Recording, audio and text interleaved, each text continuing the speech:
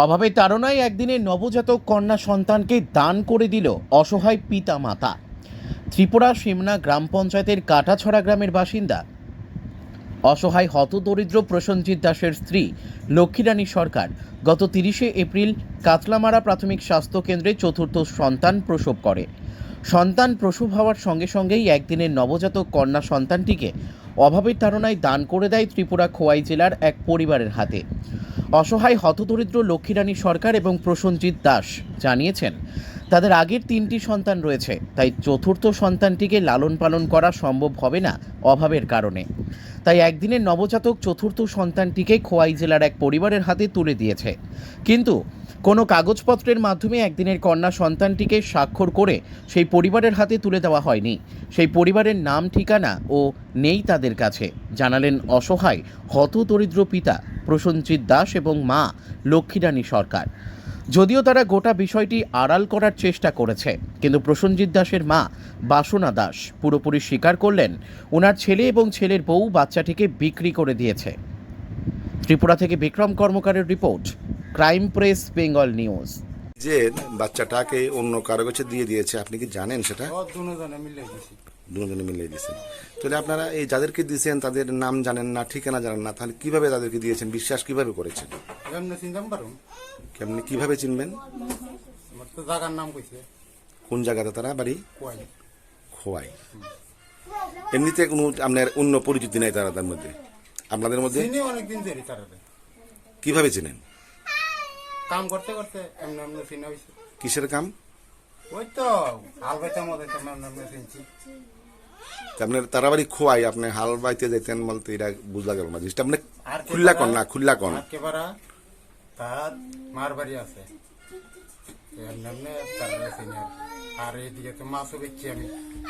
কিন্তু আপনার শ্বশুর, আপনার বাবা মানে ওই লক্ষ্মীরানী দাসের শ্বশুর, তিনি তো বলেছেন যে আপনারা নাকি 1.5 লাখ টাকার বিনিময়ে বাচ্চাটা বিক্রি করেছেন। না না, 1 টাকা বলেছি না। না, আপনার স্ত্রী তো বলেছে যে খরচের জন্য কিছু টাকা নিয়েছেন, এটা দিছে ডাক্তার কোন দিছে, আমি মাইকে গেলাম। বা ভবিষ্যতে দেবে বলেছে, আপনাদের অসুবিধা হয়। যদি আমি বিহতে ভরি তাহলে বিহতে দেখবো। আপনার নাম? প্রসেনজিৎ দাস। এই জায়গাটার নাম কি? কাটাছড়া। কোন বিধানসভা এটা? 1 নম্বর কেন্দ্র সিমনা। তাহলে কোনো কাগজপত্র করে আপনারা বাচ্চাটা দেননি না, এই তো? তাদেরকে ঠিক মতো চিনেন না আপনারা? চিনেন। ফোন নাম্বার আছে আপনার কাছে? ফোন নাম্বারটা নষ্ট হয়ে গেছে। আচ্ছা, এই 30 এপ্রিল কাতলামারা প্রাথমিক স্বাস্থ্য কেন্দ্রে একটি বাচ্চা প্রসব করেছেন, কন্যা সন্তান। আপনি হসপিটাল সোর্সের মাধ্যমে জানতে পারি আপনি সেই বাচ্চাটাকে কাউকে দিয়ে দিয়েছেন, বিক্রি করে দিয়েছেন, এরকম কথা উঠছে। এই কথাটা কি সত্যি? না, আমি বিক্রি করছি না, আমি পালতাম না, লেগে আমি জ্বালাইছি, এটা পারবো। যাদেরকে দিয়েছেন তাদের নাম টাম ঠিকানা জানেন? না, আমি নাম জানি না, আমি খুঁজতে হই না, আমি জ্বালাইছি, আমি বিশ্বাস করে দিছি হারে অনেক বেড়ি নিচে বিশ্বাস করে বেড়ি কইছে আমার তো যত্ন, খুব যত্ন থাকবো, খুব শুয়ে থাকবো, তোমরা আমার তো শুয়ে থাকবো। তা আপনি এই যে বাচ্চাটা দিয়ে দিয়েছেন, কারণটা কি? কি কারণ? আমি ফালতাম না, আমি দুধের ডিব্বা আনতাম না, আমার বেড়ার রোগ, আমার বেড়া টিভি রোগ, একটা দুধের ডিব্বা আনতে গেলে অনেক হাজিরা লাগবে, অনেক হাজার, সর্ব 300 টাকা, ঘর খামু না চালানো, আমার তো সমর্থ নাই, আমি ফার্স্টই নাম চালাইছেন না বিদ্যা। আপনার নাম? আমার নাম লক্ষ্মীরানী দাস। আর আমার স্বামীর নাম? প্রসেনজিৎ দাস। আপনার কি আগের কোনো সন্তান আছে? ওই তো আমার দুই ফুলা, এক মাইয়া। 3 জন আছে? আমার 3 জন আছে। আমার না থাকলে এক কথা, আমার নাই আমি দিলাম, আমার 3 জন আছে। কিন্তু আপনি কি যাদেরকে দিয়েছেন তাদেরকে কি কোনো কাগজপত্র করে দিয়েছেন নাকি এমনিতে দিয়ে দিয়েছেন? আমি এমনি দিয়েছি, আমার বিশ্বাস আছে পারবো।